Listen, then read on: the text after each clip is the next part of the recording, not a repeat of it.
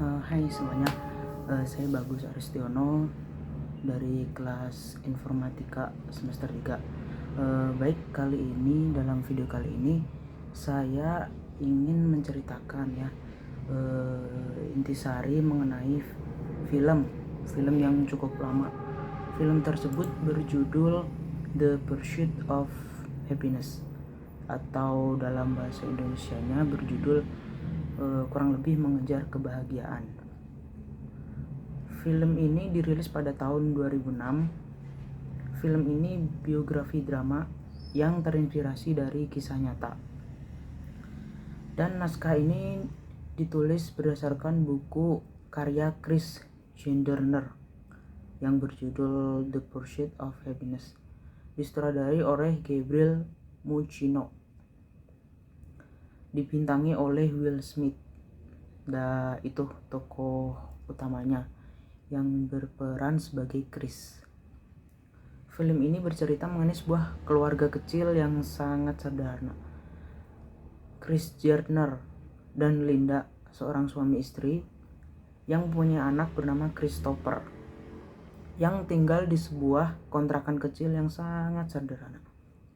Keluarga ini menghabiskan tabungannya untuk membeli sebuah mesin yang dianggapnya sangat revolusioner, yaitu mesin pemindai kepadatan tulang.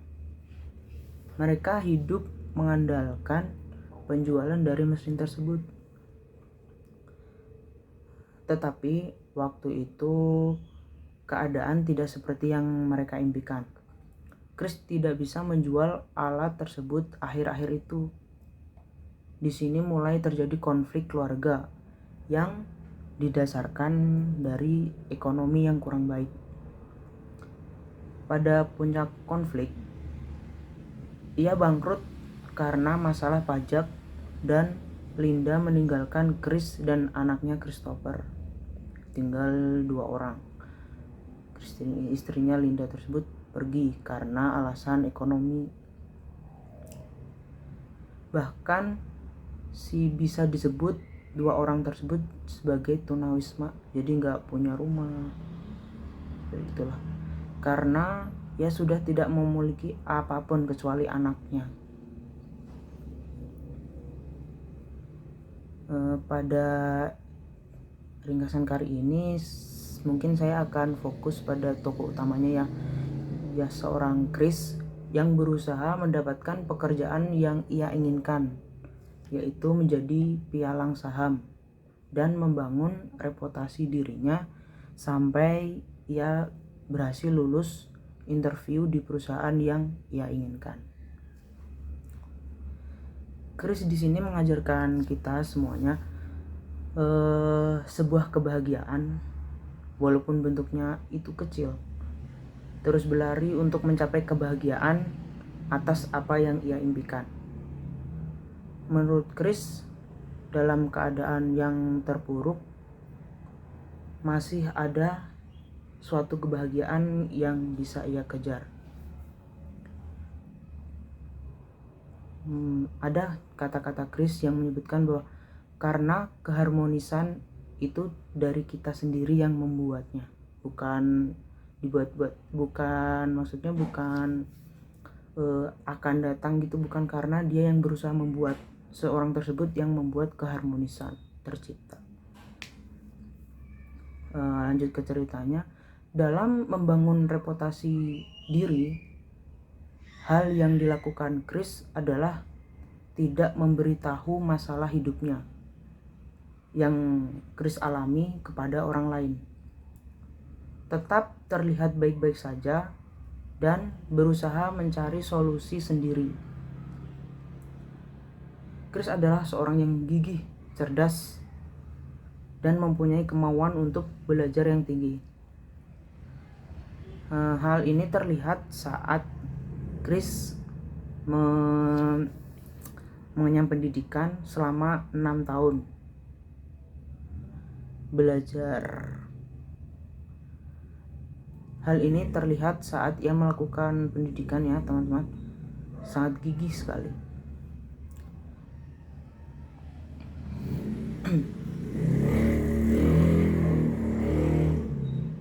saat melakukan pendidikan tersebut, ia rela bekerja untuk mencapai impiannya menjadi pialang saham tanpa digaji. Dia juga bekerja waktu itu, teman.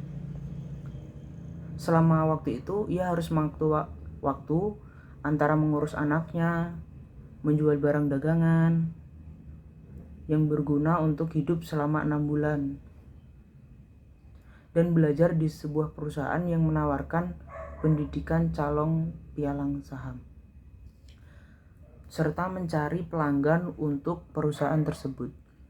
Dia bekerja juga sambil belajar, terus belajar. Ia juga dituntut untuk menyelesaikan tugasnya dengan cepat supaya dapat tinggal di panti tunawisma yang ia dapatkan secara yang duluan siapa yang bisa ditempati tersebut. Jadi dia harus cepat menyelesaikan tugas-tugasnya untuk segera pulang dan mendapatkan tempat untuk tunawisma. Bisa kita lihat tunawisma kan tidak punya tempat tinggal kan ya, jadi berebut tempat gitu. Chris adalah seorang yang sangat humble. Selalu bertanya merupakan pelajaran selanjutnya yang saya dapatkan. Bagaimana ia dapat mencari relasi yang sebanyak-banyaknya. Selalu mengucapkan terima kasih atas sesuatu yang ia dapatkan, walaupun itu sekecil apapun. Ia juga tak sungkan untuk meminta maaf kepada siapapun ketika ia merasa bersalah terhadap siapapun untuk memperbaiki reputasi dirinya. Banyak belajar. Seorang tokoh Chris ini mengajarkan kita bahwa untuk selalu belajar, tidak memberikan pandangan orang lain tentang dirinya tersebut. Selalu optimis menjalaninya, dengan juga menjunjung tinggi kejujuran, integritas, dan kerjasama tim dalam pekerjaannya.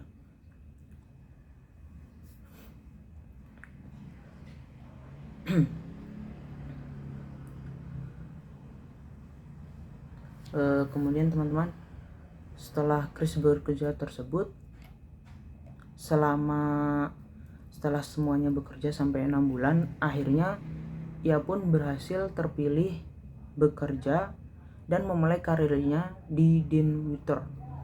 Kemudian ia berhasil mendirikan perusahaan jasa layanan keuangan sendiri yang ia beri nama Gardner Ridge, yang menjadi multimiliarder yang dermawan, membangun panti tunawisma dan mengingat bahwa dia dulunya adalah seorang tunawisma. Jadi coba saya simpulkan, ada kurang lebih 3 ya teman-teman yang dapat diambil pembelajaran dari film tersebut menurut saya ya. Yang pertama itu ya, jangan menyerah seperti tokoh Chris, yaitu pantang menyerah meskipun dalam keadaan susah apapun, ditinggal oleh istrinya, hidup 2 orang, menjadi tunawisma, tapi dia terus selalu berusaha bekerja. Alhasil ia pun akhirnya bisa menjadi seorang pialang saham. Kemudian cerdas mengamati lingkungan sekitar. Dalam arti itu maksudnya dia selalu berusaha membangun relasi yang baik, mencari relasi, karena relasi itu sangat penting. Menurut saya juga seperti itu. Kemudian bersikap sabar dalam memecahkan masalah. Jangan menggunakan emosi, karena dalam keadaan yang emosi tentu saja kita tidak memikirkan apa keputusan yang akan kita buat, apa akibat yang akan diakibatkan ya, apa yang diakibatkan dari keputusan yang kita ambil secara singkat, tidak berpikir panjang. Di situ mungkin jangan mengikuti ego, karena soalnya kalau kita emosi pasti ego di situ. Mungkin itu ya teman-teman dari saya. Terima kasih teman-teman yang sudah menonton, semoga menambah pengetahuan teman-teman semua. Terima kasih.